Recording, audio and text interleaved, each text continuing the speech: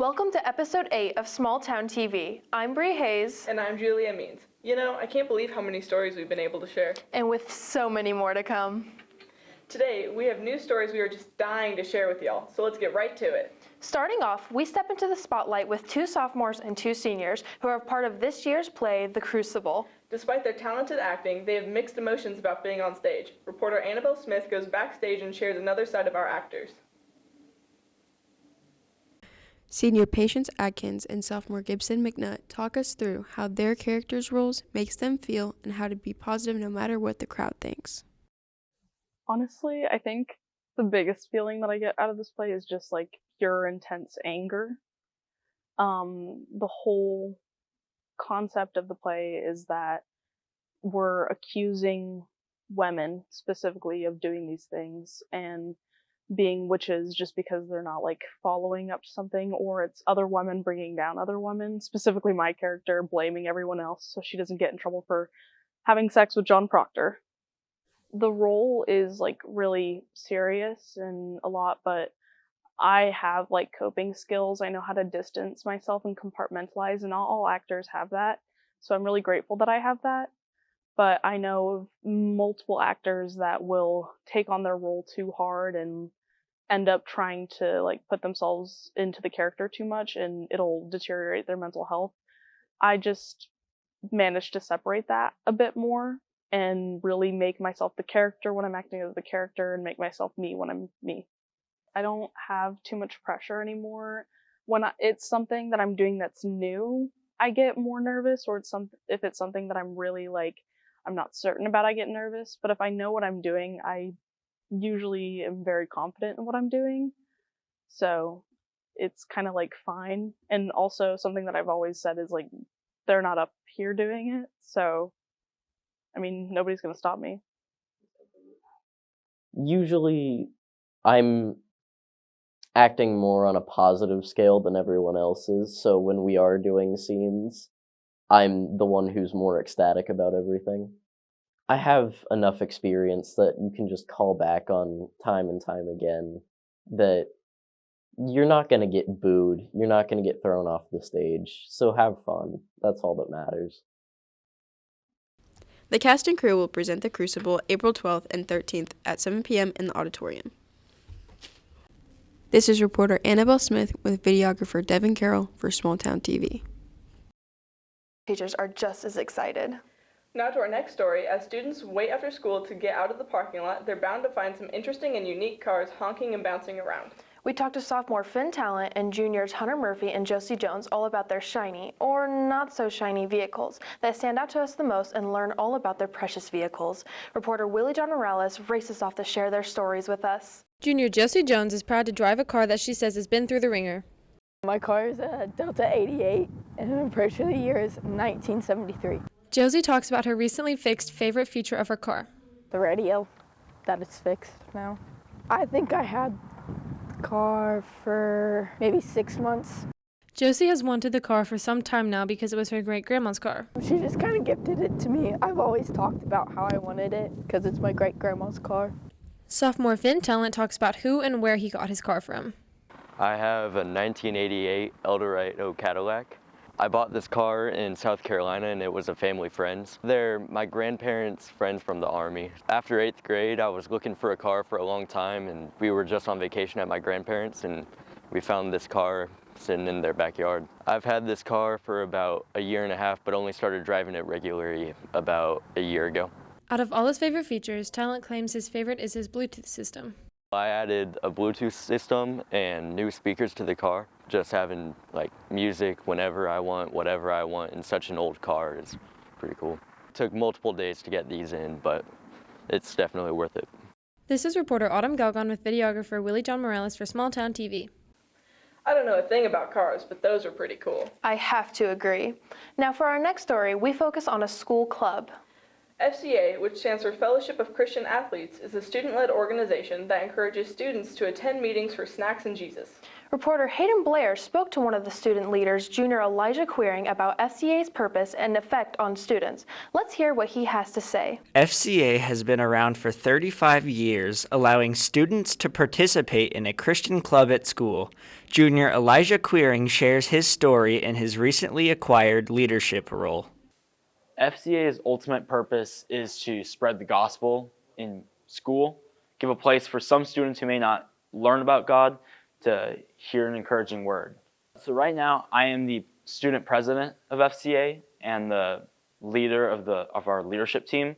I help put a band of kids together to help lead FCA. I want to spread the gospel. I want to be bold for my faith. And FCA is the only club right now in the school that allows open speaking about religion. On February 13th and 15th, Queering hosted his Set Free from Sin event where he preached his own sermon. FCA also hosts Meet Me at the Pole where they pray and enjoy donuts.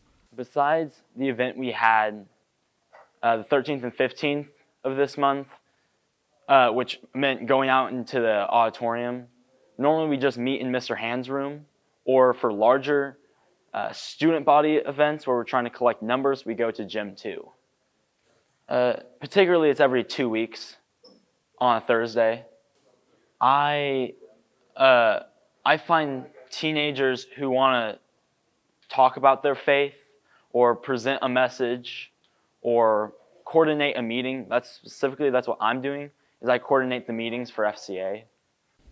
This is reporter Hayden Blair with videographer Isaac Bosky for Small Town TV.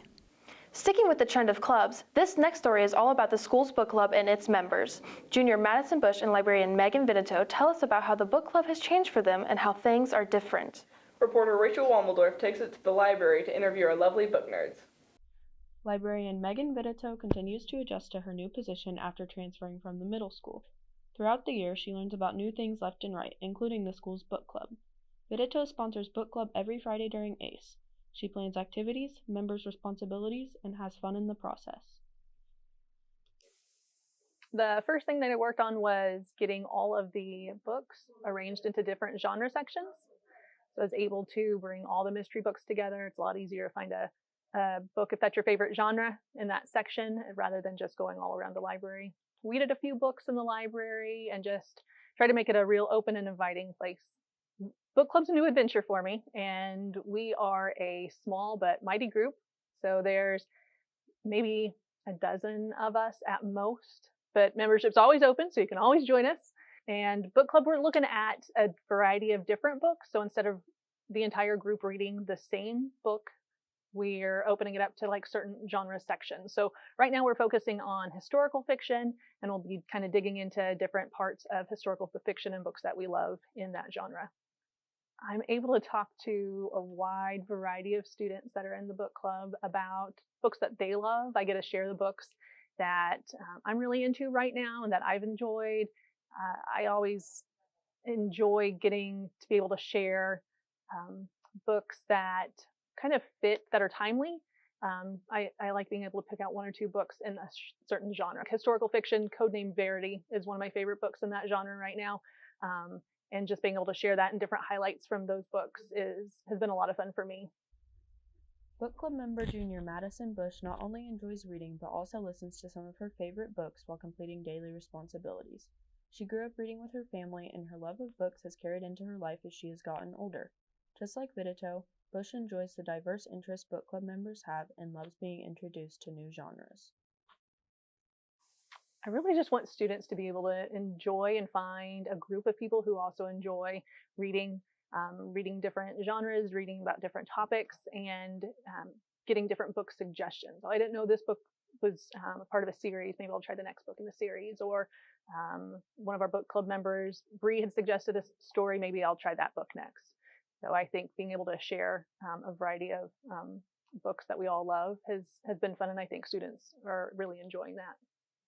This is reporter Rachel Wommeldorf with videographer Bree Hayes for Small Town TV. Man, that makes me want to reread my favorite series. And what's that? Harry Potter, of course. That makes sense for you.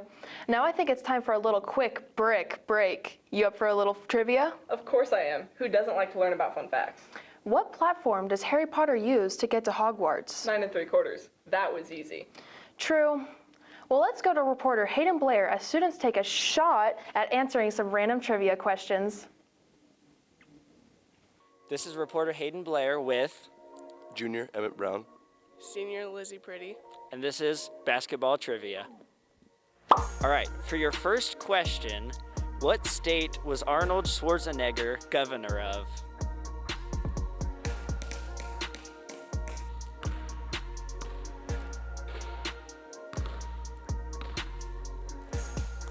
Is it California? It is California. Which animal do the antelope play with in the song Home on the Range?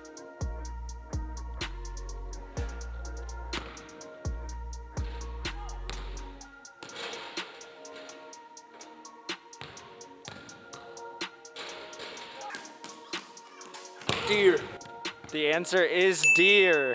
And that concludes our basketball trivia. Thank you for tuning in. This was reporter Hayden Blair with videographer and rebounder Isaac Bosky. See you in the next one. I never would have known the answers to those questions. Me neither, but it sure looks like a lot of fun. I know if I were up there, it'd take me years just to shoot a basket. Next, we decide to learn a little bit more about the most popular places in Augusta. Reporter Caleb Nolenberg takes the trip around town to share. Small Town TV's top 5 list of most popular places in Augusta, starting with number 1, the lake. The lake is important to many people in many ways, and the lake has held many different events for its community throughout the years. The community have hosted 4th of July showcases on the peninsula every year and a bonfire for local teams. It also gives civilians many pastimes such as fishing, boating, biking, and jogging. Our second location is the skate park. A skate park was something that came up in the community a bunch of times, with the most recent ask being in 2015. In February of 2020, the City Council finally approved a design build, but was postponed due to COVID. Finally, construction started in April of 2021, which led to the opening of the new park in November 5th, 2023, and was an immediate success, with its opening event having all levels of skaters there excited to try out the new park. One student who goes there many times a week is senior Blaine Kaufman. Well, the skate park's new. It just got built. Shout out to Josh for helping it get built. And I be skating here because there's not really any spots to skate at around town. And people, there's always people here. It's fun skating with other people. I feel more motivated to skate. Yeah. The third location is the Holiday Bowl. Originally opened up in 1958, the bowling alley is one of the first big places for people to meet up and hang out throughout the generations. The alley itself has had many times where they've had to reopen. The last time Holiday Bowl closed was in 2017, until 2022 when current owner Lonnie Pace started to remodel it.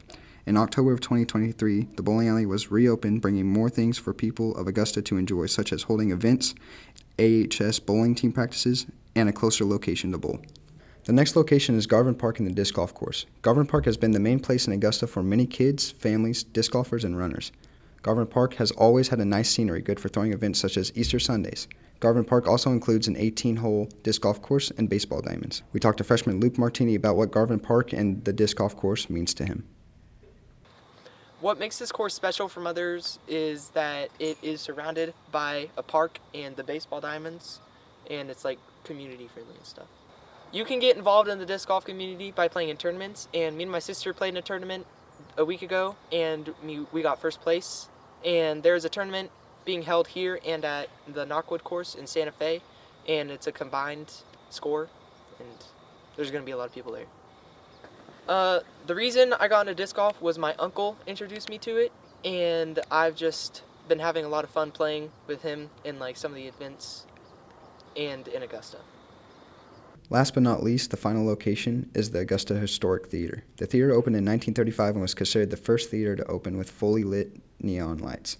Their main purpose before becoming a movie theater was doing shows such as vaudeville, which include burlesque comedy, song, and dance. We talked to Janet Davis, a volunteer for the theater. Over the years, it has changed from vaudeville to a movie theater, mainly. We do have live shows. We've had bands come in. We're hoping to get some other different live shows, a variety of comedians and things like that. We've had school plays here. We've had school events here. I'm trying to think. We've had talent shows. The community theater has done some of their shows here on the stage also. This was reporter Caleb Nollenberg and videographer Julia Means for Small Town TV. It's nice to know a bit more about the places I enjoy going to all the time. Looks like we have plans for spring break then, huh? I guess so. But that wraps up our 8th episode of Small Town TV. We hope everyone has an amazing spring break, and we'll see you next episode.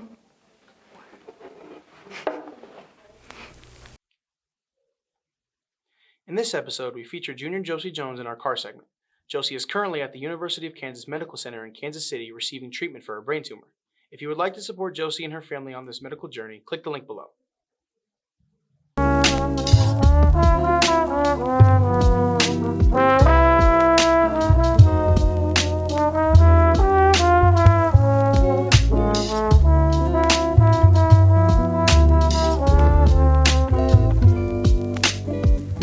Bye.